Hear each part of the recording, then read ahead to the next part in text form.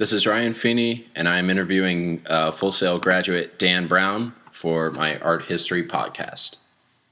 What do you see as the role of the visual arts in our mass-mediated world, particularly in your profession? Well, it's just in life, it's a pretty big role. It's pretty much how it's almost how we just communicate with each other now is by sending us pictures and like emoticons and memes and just little humorous things that also acknowledge what we're thinking at the same time. Just that's how I see it most of the time. I mean, in my profession particularly, we tell stories, we tell things we dream of. We can do pretty much anything visually to stimulate the mind, and Hollywood has become that business. And Hollywood is definitely just something everyone's been doing for over 100 years. Really, just it's almost like a church where everyone gathers once a week. It's pretty neat. With new communications and media technologies, imagery is almost instantly available.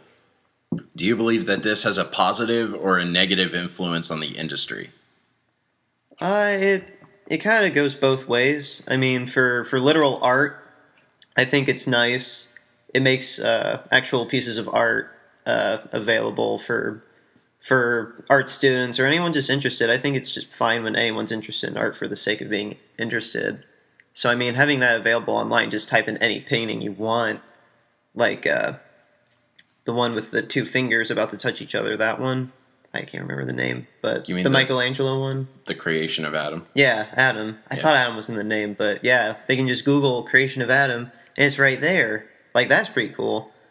What popular images are frequently, recycled throughout the entertainment industry? Like you see them again and again and again. Oh, well, one I see get made fun of sometimes is when characters used to be allowed to be on drugs on television, they would all mimic Yellow Submarine. That was pretty cool. And then there was the LOVE.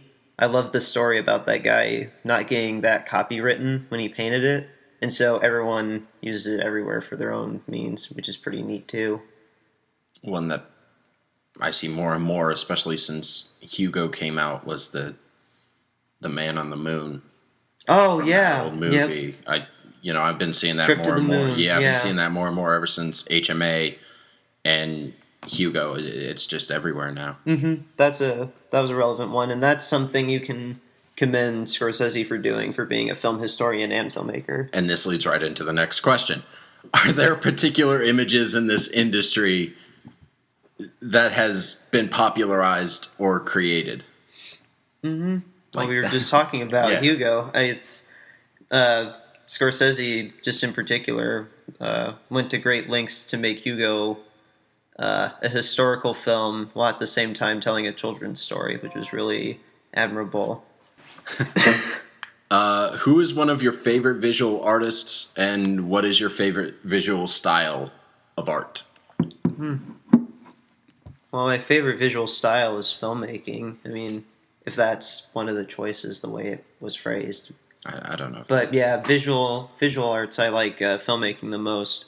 And the kind of filmmaking I like is done by documentary filmmakers like Davis Guggenheim. I'll pick that name up.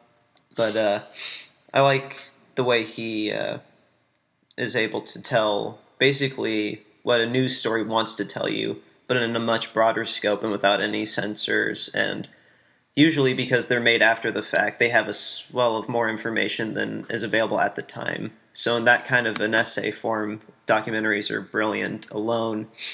They can do anything, really. Like, that's just one example I don't want to blather on. Has knowledge of famous artworks influenced your creative process?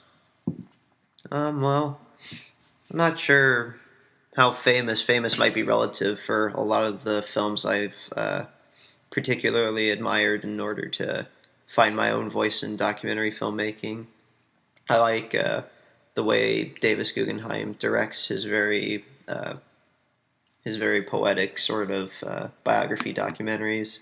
And I like Alex Gibney's really hard-edged, realistic approach to current events in his films.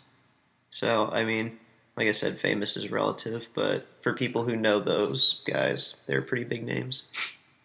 Okay. All right. Well, thank you very much for doing this. It was very insightful.